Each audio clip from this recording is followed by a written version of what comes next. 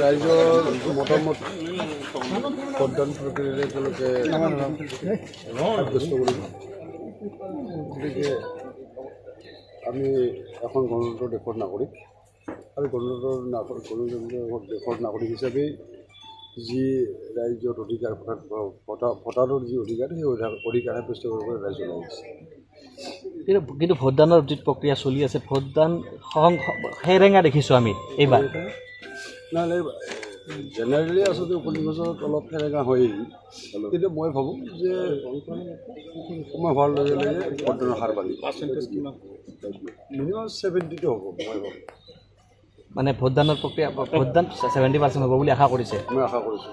ৰাতিপুৱাৰ ভাগত কি ওলাই আনে? MP ইলেকশ্যনত আমি দেখিছিলোঁ ৰাতিপুৱাৰ ভাগত যথেষ্ট ভিৰ হৈছিলে। তেতিয়া আচলতে মানুহে তেতিয়া আচলতে জেনেৰেল ইলেকশ্যনবিলাকক বেছি গুৰুত্ব দিয়ে, এনেধৰণে উপ নিৰ্বাচনবিলাক অলপ কম গুৰুত্ব দিয়ে। কোন চৰকাৰ হওক, কাৰ চৰকাৰ হওক, কোন চৰকাৰ হওক, এইটো ৰাইজে গমেই পায়। গতিকে সেইকাৰণে তেওঁলোকে তাৰমানে ৰাইজে অলপ ঘূৰি অহাৰ কাৰণে চিন্তা কৰে। ৰাতিপুৱা আপুনি প্ৰায় 7টামান বজাত আহে, আজি অলপ পলমকৈ হ'ল কি ভোটাৰৰ বুজ ল'লে নেকি? কেনেকৈ দেখি? নাই মই বাকীখিনি সমষ্টিটোৰ বাকীবিলাক অঞ্চলৰ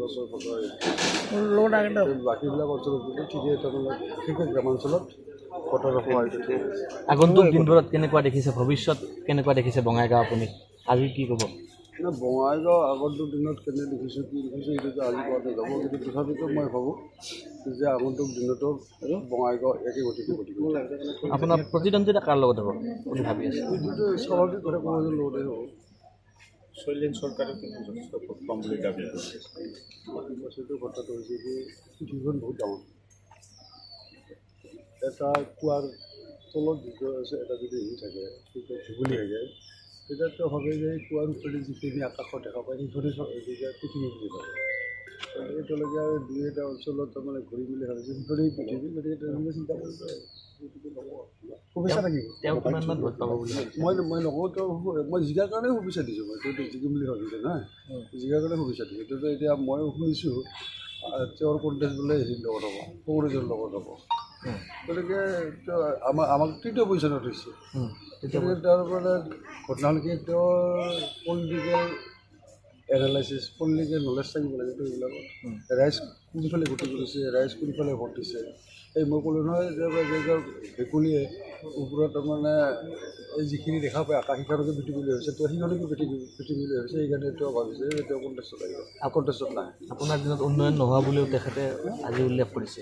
আজিৰ পৰা একবাৰ দুইমাহতো উন্নয়ন বুলি মোক ভগৱান বুলি কৈছিল, যে ভগৱান অমুক তমুক চব কৰি দিছে, অমুক তমুক কৰিছে। আজিতো হ'বই, স্বাভাৱিকতে হ'ব এইটো কথা।